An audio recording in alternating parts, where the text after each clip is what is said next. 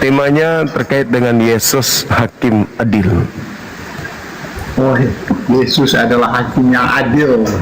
Iya, Ya. silakan Bang bernarasi Bang. Ya, itu tema itu sangat benar Bang.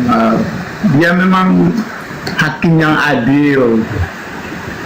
Iya. Jadi apa yang menjadi masalah? Iya, Yesus Hakim Adil. Di mana kemudian posisi Kristen pada saat Yesus Hakim Adil? Posisi siapa? Posisi Kristen. Iya.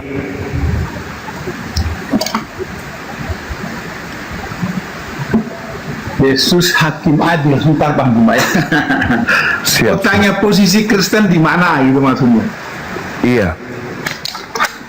Waduh. Ini pertanyaannya bagus juga nih. Iya, iya. Saya belum dengar pertanyaan. Jadi yang saya tahu itu memang kalau Yesus itu memang dia hakim yang adil. Artinya begini, adilnya begini. Kalau salah, dia katakan salah. Kalau benar, dia katakan benar.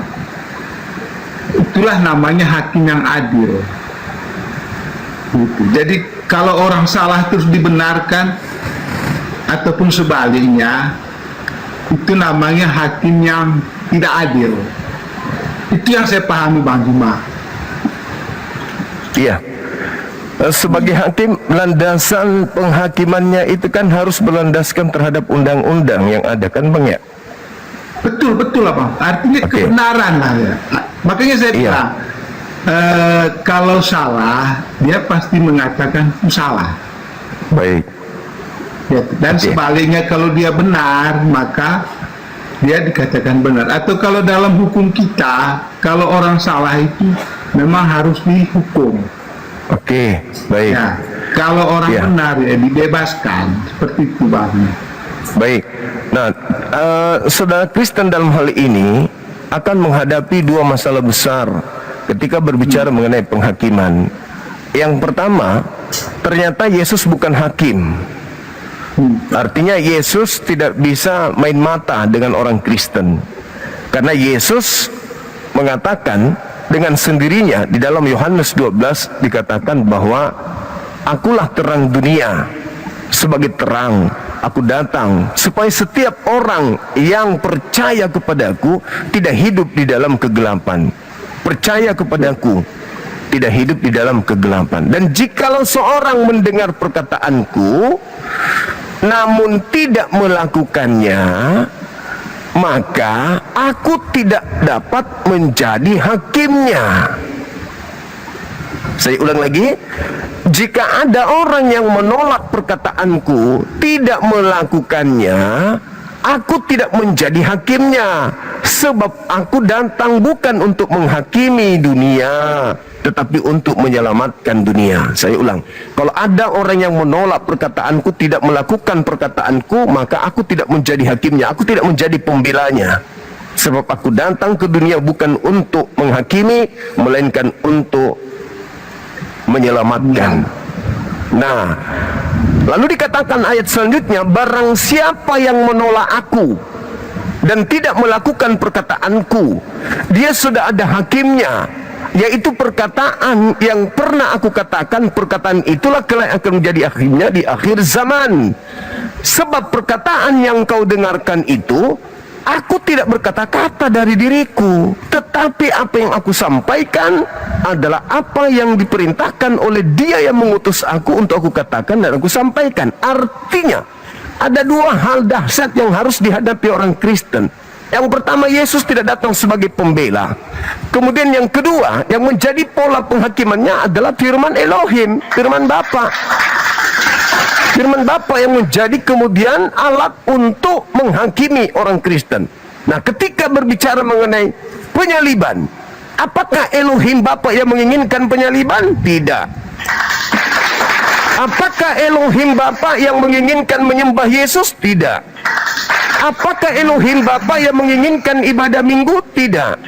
Apakah Bapa Elohim yang menginginkan makan babi? Bukan. Apakah Elohim Bapa menginginkan kemudian makan babi? Bukan. Apakah Elohim Bapa yang menginginkan dia disetarakan dengan Anak dan Roh Kudus? Juga bukan. Maka Kristen jelas akan menjadi bahan blendernya Tuhan di neraka. Karena apa? Karena yang menjadi hakim Yesus. Apa yang dilakukan oleh orang Kristen semua bertentangan dengan apa yang menjadi firman yang Yesus diberi oleh Bapa untuk Yesus sampaikan kepada kaumnya Bani Israel. Nah, itu. Maka Yesus sebagai hakim adil tidak mungkin main mata dengan Kristen. Silakan. Jadi gini Bang Juma, Siap. kalau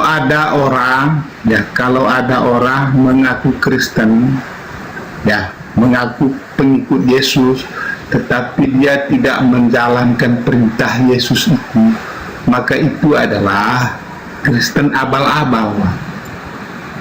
Ya, Kristen abal-abal.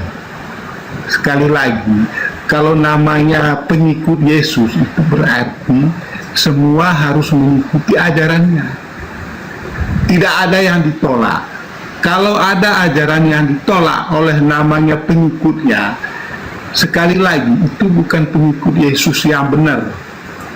Pengikut Yesus yang abal-abal. Itu intinya Bang.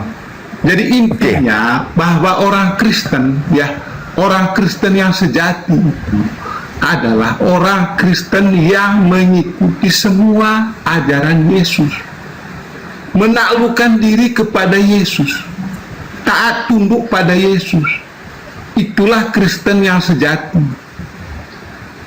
Jadi sekali lagi Bang Juma, kalau ada orang Kristen yang ngaku-ngaku saya Kristen, terus ada ada tanda-tanda salib apa segala macam di dirinya, ada kalung salib, lantas perbuatannya itu tidak seperti yang dilakukan oleh Yesus, itu bukan Kristen Bang Juma. Ya, itu Kristen abal-abal. Ya, itulah yang dibuang ke neraka. Oke, baik. Gitu. Baik, makasih Bang.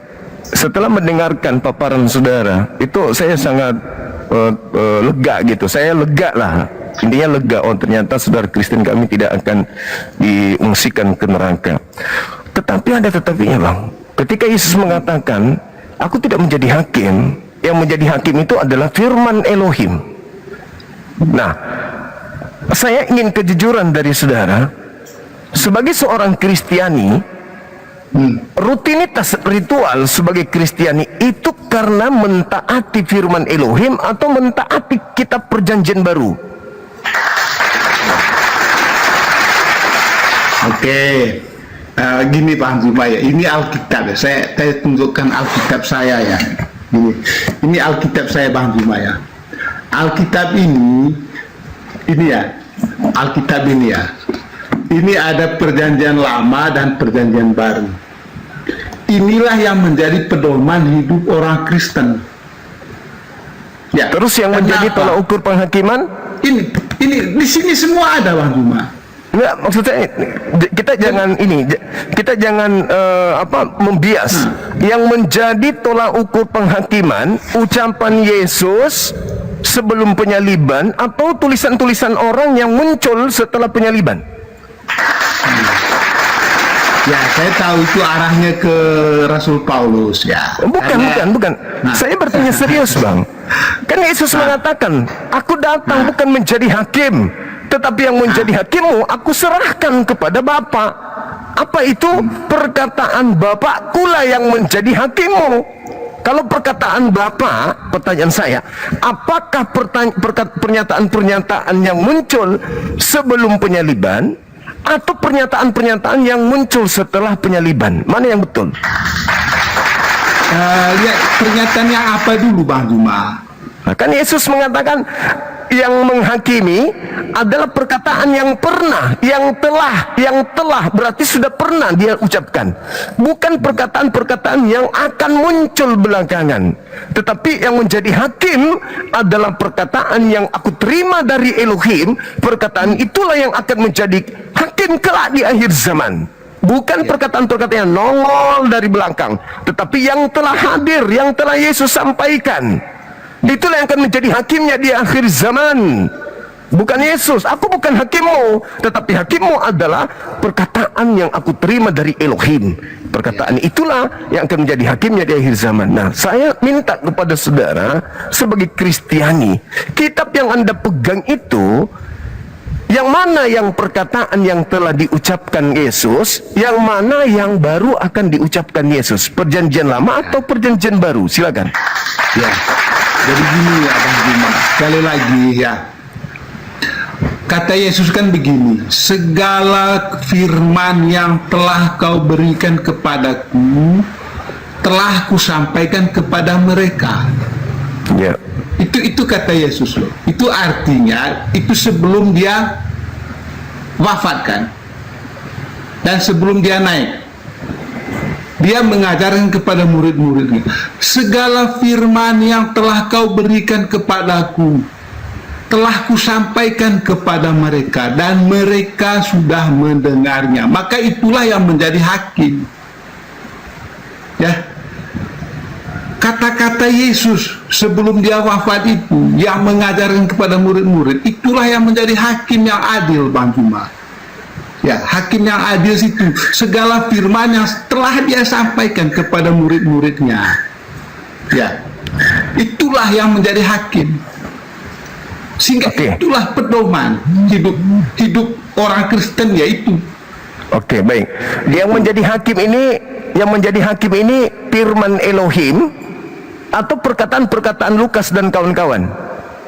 Ya, oke, Bang Juma. Jadi sekali lagi, Yesus mengatakan segala firman yang telah kau berikan kepadaku.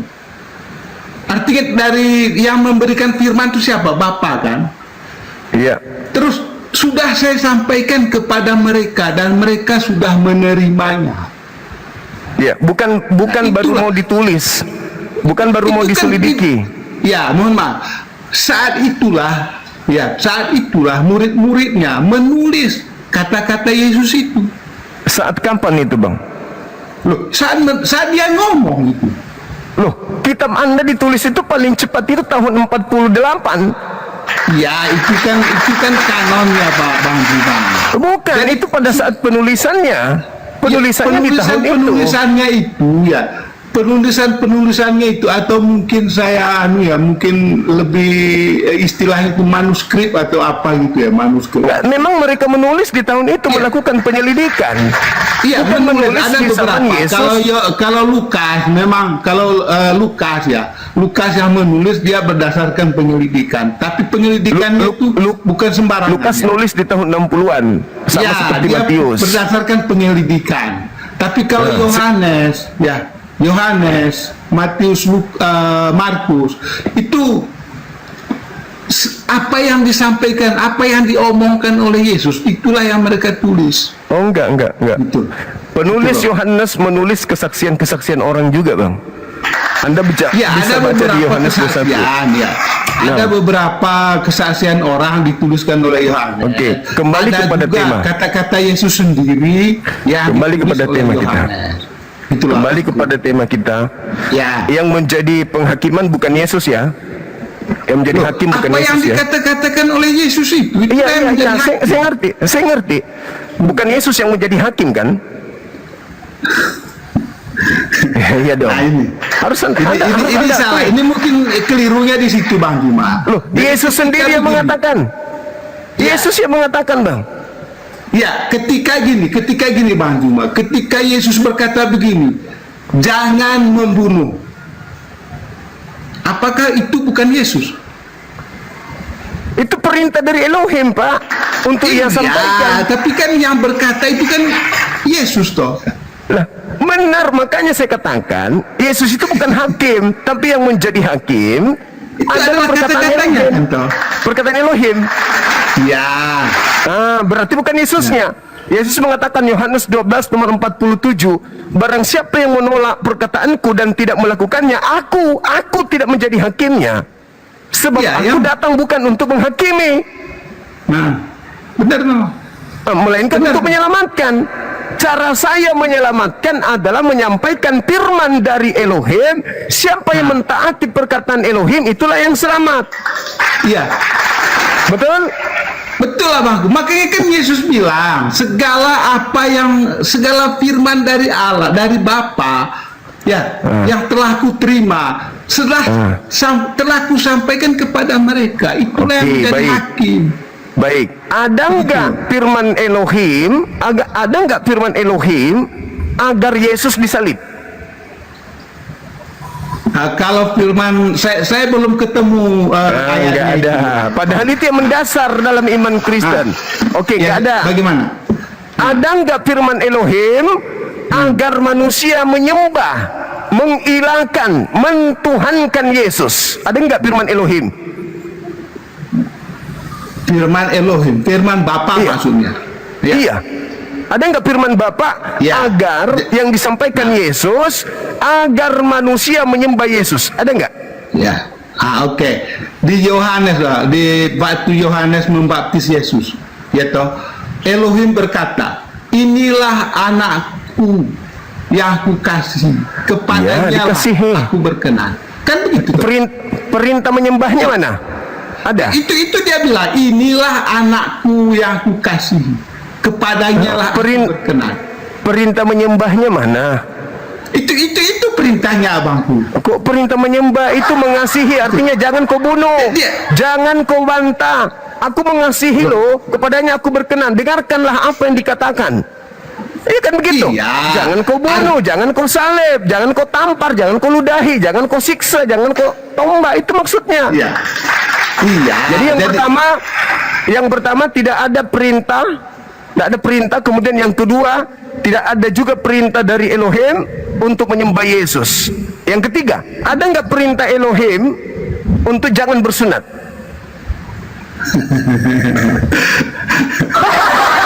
Jangan bersunat.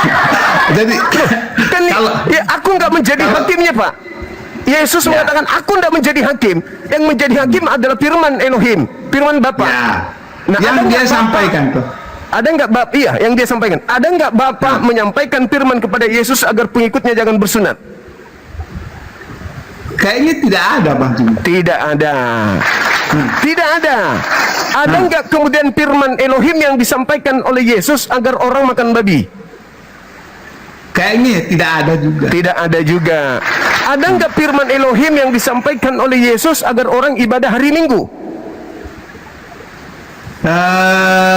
Kalau itu juga kayaknya tidak ada juga. Tidak ada. Oke, tidak ada, tidak ada, tidak ada, tidak ada. Saat Yesus turun menjadi hakim dan pola penghakimannya adalah firman Tuhan yang ia sampaikan, kira-kira Kristen ke neraka atau ke surga, Pak? Nah, itu. Jadi gini, Bang Jumaya. Apa yang disampaikan oleh Yesus itu berasal dari Bapa. Iya, itu sudah selesai tadi itu, Bang. Sekarang sudah dikenal. Artinya, ketika Yesus menjadi hakim, apakah Kristen endingnya neraka apa surga? Itu udah sampai dengar dulu. Jangan ke neraka dulu. Saya sebelum ke situ, apa yang disampaikan oleh Yesus itu adalah berasal dari Bapa. Jadi kalau apa yang dikatakan oleh Yesus itu sama dengan perkataan Bapa itu sendiri. Ya kan sudah sampai di sana tadi. Iya, sudah sampai di sana kita. Artinya ketika Bang Juma bertanya, ada nggak perintah Elohim untuk tidak boleh tidak boleh makan? Anda mengatakan nggak ada. Itu tidak boleh membunuh, kan begitu toh? Itu ada. Anda mengatakan nggak ada. Kan nggak ada. Kan sudah ada. Yesus sudah menyampaikan bahwa tidak kan boleh membunuh. Nggak ada. Makanya kita sudah sampai di ending. Pada saat Yesus turun menjadi hakim, di mana pola penghakimannya dia nggak main mata dengan Kristen, tetapi dia tetap meneguhkan perkataan Elohim yang ia sampaikan. Sebab di data 50-nya dikatakan apa? Sebab aku tahu bahwa perintahnya itu adalah hidup yang kekal. Jadi apa yang aku katakan, aku menyampaikan sebagaimana apa yang difirmankan oleh Bapa kepadaku. Jelas itu. Nah, ketika Kristen ketemu dengan Yesus di penghakiman tersebut, di mana polanya adalah firman Bapa, Kristen ini endingnya surga apa neraka? Jadi gini loh, Bang Juma. Jadi gimana? Ketika Yesus berkata, jangan membunuh. Itu kan perkataan Allah. Iya. Kan Iya, sudah toh. selesai kita. Ya sudah selesai.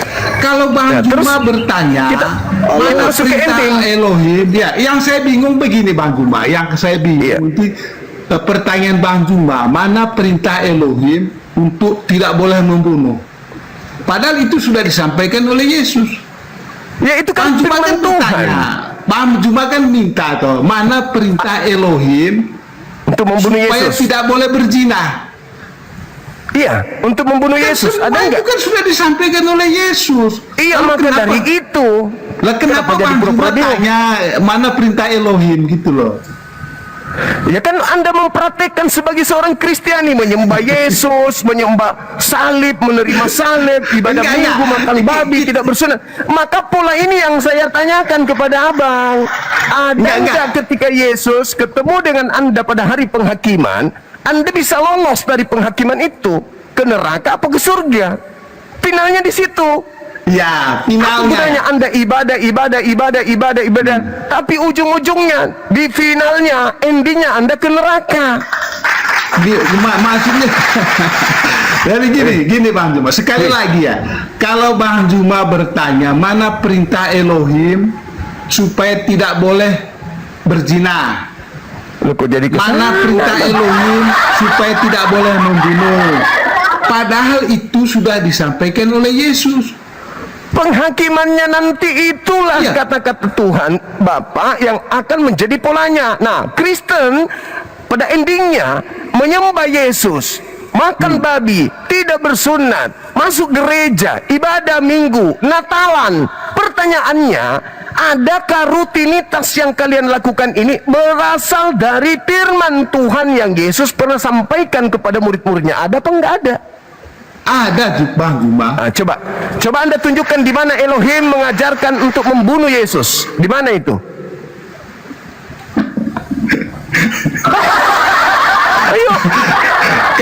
Kalau Bang Juma bertanya, Elohim memerintahkan iblis untuk membunuh Yesus, tidak ada Bang Juma. Tidak ada. Tidak ada kan? Tidak Ingat ada. loh, ingat loh, sabar, yang sabar. membunuh Yesus bukanlah orang Kristen, bukanlah Oke, pengikutnya. Oh, bagus, Ingat loh. bagus. Ya. Berarti penyaliban itu bukan keinginan Elohim. Penyaliban untuk membunuh Yesus kan? Iya, berarti bukan rencana Elohim membunuh Yesus. Ya, rencana untuk membinasakan Yesus itu adalah rencana iblis. Berarti yang tergantung di dinding Anda sekarang ini itu adalah simbol rencana iblis. Simbol yang ini ya Bang Juma, yang Iya. saya pakai ini Simbol rencana iblis. Ya, dengar dulu. Simbol salib ini yang saya bawa ini, yang saya pakai ini adalah ada dua maknanya Bang Juma. Simbol perjuangan dan simbol kemenangan. Tidak ada simbol perjuangan dan kemenangan di situ. Kalau simbol kemenangan harusnya batu nisan. Karena dia keluar dari kubur. Ya ini Jangan menurut Bang salib. Juma. Saudaraku, Yesus tidak bangkit di atas salib. Yesus bangkit di kuburan. Maka simbol kemenangan Anda itu harusnya batu nisan, bukan salib. Oke.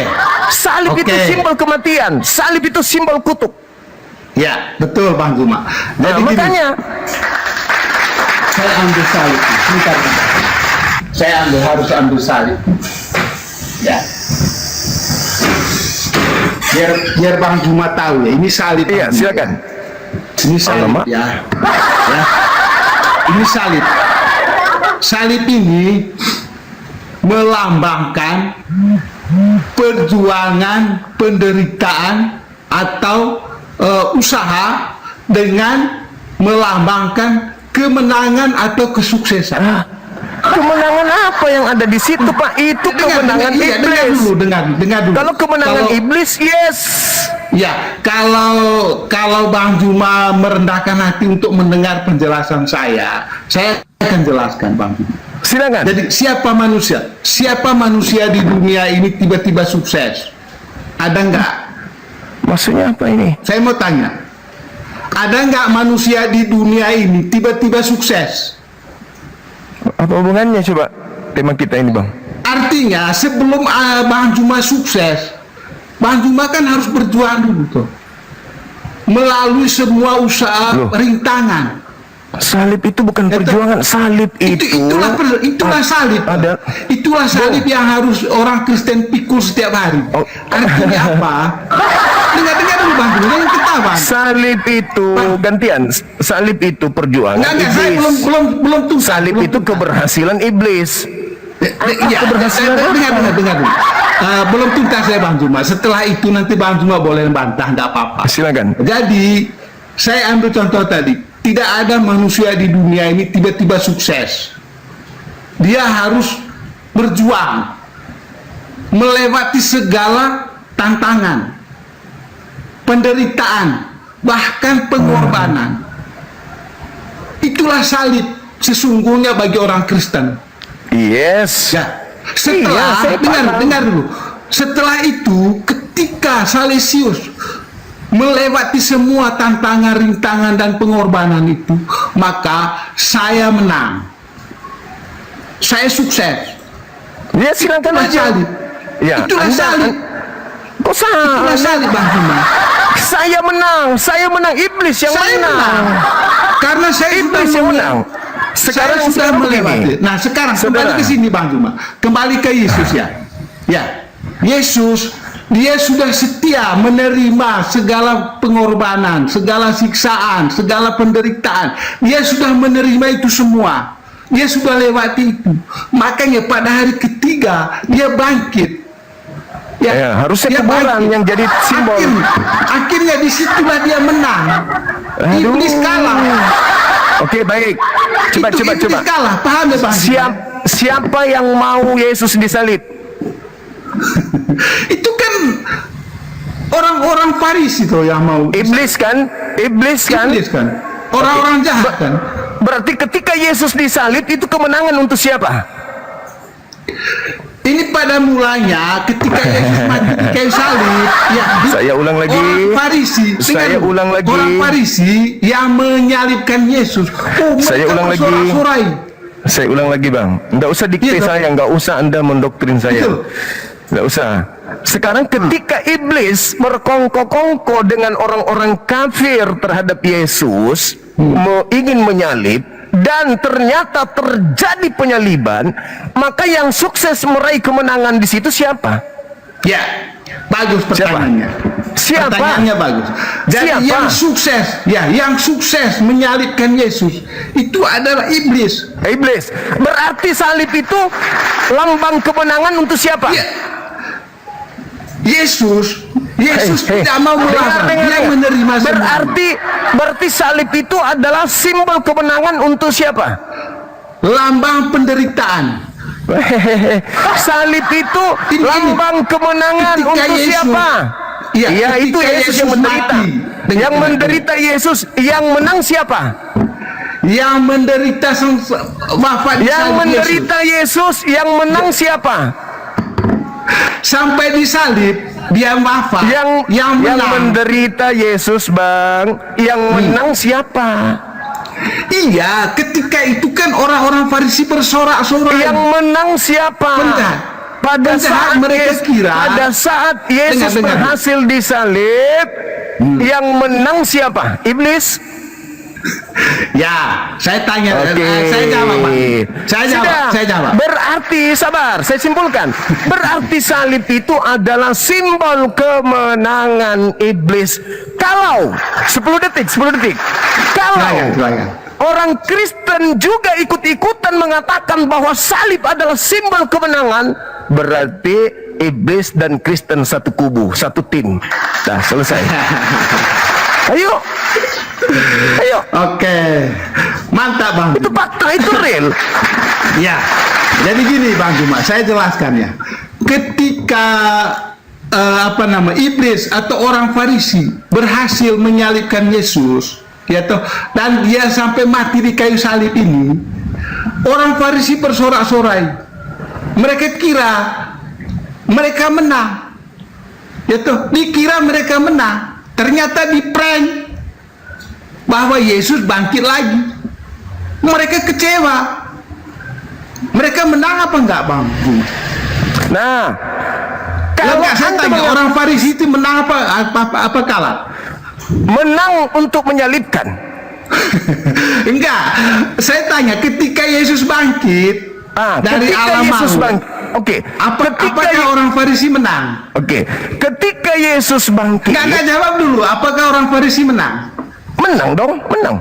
Enggak, dia bangkit kok naik ke surga dia. Kemenangannya di mana, Bang? Dengarkan makanya. Kemenangannya orang Farisi dan boleh saya bicara? Silakan. Kemenangan iblis pada saat Yesus bangkit adalah berhasil menggiring manusia untuk meninggalkan menyembah Elohim menuju kepada makhluk yang bangkit dari kubur. Itu kemenangan iblis. Orang-orang meninggalkan menyembah Elohim yang maha suci, beralih kepada sembahan yang keluar dari kubur. Itu kemenangan gilang gemilang yang dialami oleh iblis terhadap keturunan Adam. Kemenangan. Maka kalau Anda mengatakan salib adalah kemenangan, saya katakan yes, kemenangan bagi iblis dan konco-konconya. Makanya kalian itu sabar. Kita gampang mendeteksi itu, Bang. Kalau orang Kristen mengatakan bahwa kebangkitan hari ketiga adalah kemenangan, maka orang Kristen akan menjadikan nisan Yesus sebagai bentuk kemenangan, bukan salib. Karena pada saat Yesus disalib, itu adalah kemenangan bagi iblis. Kenapa enggak batu nisan yang menjadi simbol agama kalian sebagai kemenangan dari kematian? Mantap. Kenapa harus salib? Bang Juma. Sedangkan Yesus tidak pernah bangkit dari salib. Yesus tidak pernah hidup di salib, tapi Yesus hidupnya dari kubur. Harusnya kalau kalian itu adalah orang yang benar dan Yesus bangkit itu adalah sebuah kebenaran kemenangan, maka Kristen menjadikan batu nisan sebagai simbol agama. Gereja rubuhkan tubuhnya yang salib, ganti batu nisan di situ. Silakan. Mantap Bang Juma, mantap. Harus begitu dong. Iya, mantap. Bagus juga cara pikirnya Bang Juma. Jadi gini. Oh iya dong. Nggak apa-apa. Kalau Bang Juma punya berpikiran seperti itu, nggak apa-apa. Tapi gini Bang Juma ya, bagi orang Kristen ya, bagi orang Kristen tidak seperti itu pemahamannya. Ya, orang Kristen tuh pemahamannya tidak seperti itu. Pemahamannya apa? Jadi lambang salib ini itu tadi saya sudah jelaskan ada dua, lambang penderitaan dan lambang kemenangan. Ya, ini salib. Karena apa? Sebelum Yesus dikuburkan, ini disalib dia pertamanya. Kalau tidak disalib, tidak mati disalibkan, dia tidak mungkin dikubur. Itu makanya salib ini adalah lambang penderitaan dan lambang kemenangan bagi orang Kristen. Terima kasih. Terima kasih. Bagi orang Kristen. Ya. Oke. Jadi inilah lambang kemenangan, penderitaan dan kemenangan bagi orang Kristen. 10 detik bagi saya. Silakan. Baik. Jadi saudara-saudara muslimku yang Anda dibawa, hari ini kita mendengarkan bahwa salib itu adalah kemenangan iblis dan kemenangan orang-orang Kristen. No. Salah, Bang Juma salah. Saya ulang lagi kalau begitu. Saya ulang lagi kalau begitu. Itu Bang Juma salah. Keberhasilan menyalib Yesus itu kemenangan bagi iblis atau bukan?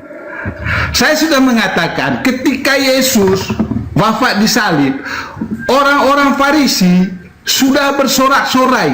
Iya, kemenangan bagi iblis atau bukan? Dengar dulu. Ya dengar dulu. Karena mereka sudah mengira Yesus sudah kalah, Yesus sudah mati. Kemenangan bagi iblis, penyaliban itu kemenangan bagi iblis itu ternyata Yesus pada hari ketiga dia bangkit, dia mengalahkan maut. Itu batu nisan, Pak. Itu batu nisan. Dia yang saya tanya, maut. penyaliban itu kemenangan bagi iblis atau bukan? jadi iblis ini diprank Bang Juma. Enggak ada urusan. Misi iblis adalah membunuh, menyalib Yesus. Berhasil. Betul. Kemenangan enggak untuk iblis itu? Loh, kan mereka sudah menyatakan di sini tuh, sudah kemenangan atau bukan? Sudah terlaksana kan? Kemenangan bagi iblis atau bukan? Loh, dia belum menang. Dia belum. Kemenangan atau bukan? Jujur. Jadi Saya sudah mengatakan ketika Yesus wafat di kayu salib ini, mereka sudah bersorak-sorai. Iya, kemenangan bagi iblis atau bukan? Mereka bersorak-sorai kan? Kemenangan bagi iblis atau bukan? Artinya mereka kira mereka sudah menang. Ternyata Ya, tidak. berarti kemenangan bagi iblis adalah Paham menyalib nggak? Yesus. Mereka kira Nggak ada iblis sudah urusan menang. itu, Bang. Nggak ada urusan. Itu urusan. Cita-cita mereka adalah melanggar firman Tuhan. 1. Keluaran 23 nomor 7 dan 8. Jangan kau membunuh orang yang benar. Jangan kau membunuh orang yang bersalah. Ketika iblis berhasil membunuh orang benar, itu kemenangan untuk iblis atau tidak? Mereka kira mereka sudah menang. Mulai. Itu mereka kemenangan. kira dengar dulu. Mereka kira mereka sudah menang karena Yesus sudah wafat di kayu salib. Oke, terus kalahnya Tapi pada hari iblis, detik-detik kalahnya terakhir, iblis di mana? detik-detik terakhir, Ya. hari yang ketiga, Iya. ternyata mereka kalah. Kalahnya di mana? Yesus menang, bangkit. Menangnya di mana? Menangnya di mana? Dia bangkit dari antara orang mati. Kekalahan orang iblis ini apa? Mereka menang nggak ketika Yesus bangkit? Apakah iblis menang? Menang. Loh, dia sudah bangkit kok. Menang, Bang, menang. Enggak, Iblis itu sekarang begini. Apakah iblis ingin manusia menyembah Tuhan atau tidak? Oh, kalau iblis itu kan dia punya keinginan supaya manusia itu menyembah iblis kan. Nah, sekarang ketika orang menyembah Yesus, Nah, siapa yang menang di situ? Ayo. Siapa yang menang di sana? Ketika Bang Juma orang menyembah tadi. Yesus, siapa yang menang? Bang Juma tadi mengatakan iblis berkeinginan supaya manusia menyembah iblis kan? Yes. Ya. Sekarang pertanyaan saya, ketika orang-orang menyembah Yesus, yang menang siapa di sana? Siapa yang Ya, menang? Yesus lah. Di mana Yesus mau disembah?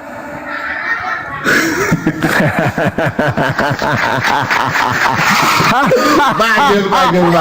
Bukankah Yesus mengatakan kepada murid-muridnya, waspadalah kepada iblis yang datang memakai namaku. Sekarang ketika orang-orang Kristen menyembah Yesus, siapa yang menang? Elohim? Di mana Elohim minta agar manusia menyembah Yesus? Tidak ada. Di mana Yesus minta agar orang menyembah Yesus? Tidak ada. Tapi ketika iblis ingin disembah dalam nama Yesus, ada enggak? Ada enggak iblis mau disembah dalam nama Yesus? Ada enggak? Ada. Sekarang gini, kata Bang siapa? Juma. Kata Ya. Yesus. Matius 24 nomor 4 nomor 5. Iblis datang memakai nama Yesus untuk menyesatkan banyak orang. Jedar. Berarti ketika banyak orang menyembah Yesus, yang menang adalah iblis. Bagus pemahamannya. Dari gini Bang Juma, tadi berangkatnya dari sini tadi pertanyaan Bang Juma, keinginan iblis itu supaya manusia ini menyembah iblis. Yes. Apakah menang mereka? Ketika manusia ini semuanya menyembah Yesus, apakah iblis menang? Menang dong. Semua manusia menyembah Yesus. Iya, Kalau dia iblisnya. menang, ya dengar dulu. Kalau iblis menang, berarti semua manusia menyembah iblis. Itu namanya Kalau Tuhan yang menang, maka Bang Juma mengatakan keinginan iblis supaya manusia menyembah iblis. yes. Tapi karena Yesus menang, akhirnya manusia menyembah Yesus. Oke, baik. Berarti kan Yesus menang.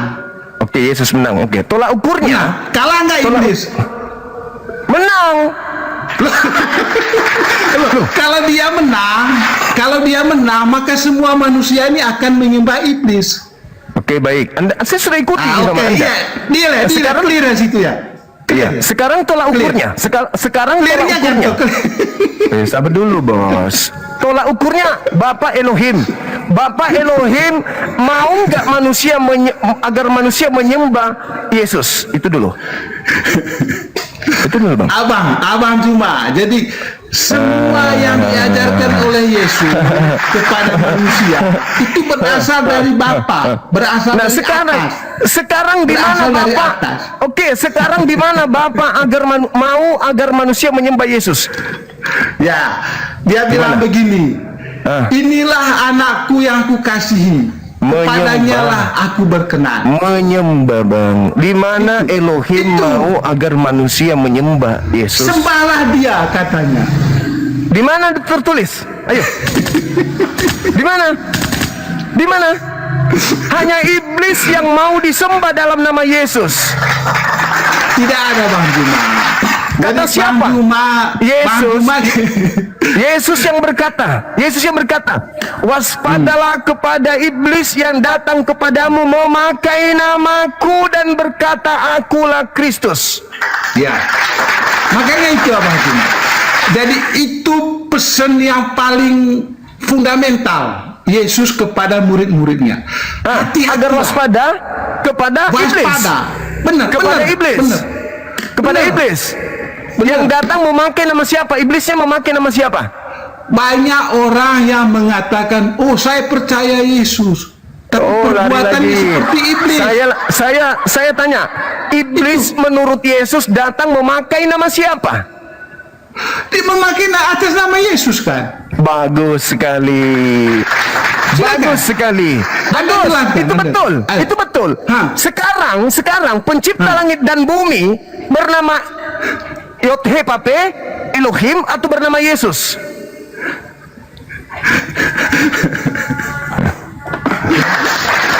Di mana? Masih mau lanjut? Kok kemana-mana kan Bang Juma? Saya minta saudara, kalau Anda menggunakan Ya, akal artinya- sehat, ini yang menggelantung di dinding Anda, harusnya Anda masukkan ke kartun mulai sekarang. Itu bukanlah lambang kemenangan Yesus. Ini Bang Juma ya, ini lambang. Jangan perlihatkan dan- itu. Jangan Ya, perlihatkan ini. itu. Itu adalah lambang kemenangan iblis. Lambang Ini kemenangan lambang iblis. kemenangan orang Kristen. Bagus, bersama dengan iblis. Ya. Udah. Ini lambang. Semuanya udah selesai. Dan semua Udah selesai.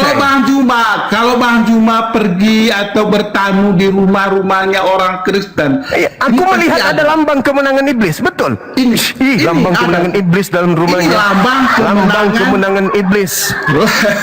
Lambang kemenangan iblis. Kalau dikatakan, dengar Bang, 10 detik. Kalau dikatakan salib itu lambang kemenangan Yesus, maka apa kata Yesus? Salibkanlah aku, iblis nggak mau menyalib. Salibkan aku, iblis nggak mau. Salibkan aku, iblis nggak mau. Tapi ternyata disalib, kemenangan Yesus bagi Yesus. Ya. Tetapi ternyata yang menginginkan penyaliban adalah iblis, maka salib adalah kemenangan bagi iblis. Ya. Bagaimana dengan kebangkitan? Kebangkitan juga adalah kemenangan bagi iblis. Kenapa? Setelah makhluk yang dikutuk Elohim ini keluar dari tanah, manusia menyembah dia, meninggalkan menyembah kepada Elohim, menuju kepada sembahan baru bernama Yesus. Makanya di Matius 7 nomor 22-23, pada hari terakhir nanti banyak orang berseru kepadaku, Tuhan, Tuhan, Tuhan, bukankah kami bernubuat mengusir setan, bermujizat pakai namamu? Pada saat itulah aku akan berterus terang kepada mereka, enyahlah daripadaku, aku tidak mengenal kalian, kalian semua adalah pembuat kejahatan. Clear? Clear memang itu benar. Ya, clear. Oke. Baik. Benar. Baik Bang. Saya Alkitab hargai. yang mengatakan begitu. Artinya begini, Bang Siap. Juma. Baik. Tadi Nadio atau siapapun di bawah naik dulu. Ya, Saya mau ibadah. 5 menit ya Bang Juma ya. Oke, baik. Clear. Silakan. Apa yang Bang Juma sampaikan itu benar. Karena Yes. banyak orang yang mengatasnamakan Yesus, tapi dia Yes. itu bukan pengikut Yesus. Itulah iblis Yes. itu. Ya, banyak orang yang mengaku, oh saya anak buahnya Yesus atau saya muridnya Yesus, tetapi perbuatannya menzina, membunuh, mencuri. Itulah yang iblis namanya. Nah, sekarang Itu jujur iblis. saja. Siapa yang Jujur, bernubuat? saya sudah jujur, Bang Juma sudah menjelaskan. Siapa bernubuat mengusir setan, bermujizat pakai nama Yesus? Islam atau Kristen? Ayo. Saya tidak menyebut Islam atau Kristen. Ya, Orang yang terbukti. dengar, kalau Bang Gimana itu Juma orang mengatakan bermujizat pakai Islam nama apa Yesus? Kristen, itu salah Bang Juma. Salah, Anda salah total. Adinda, di situ.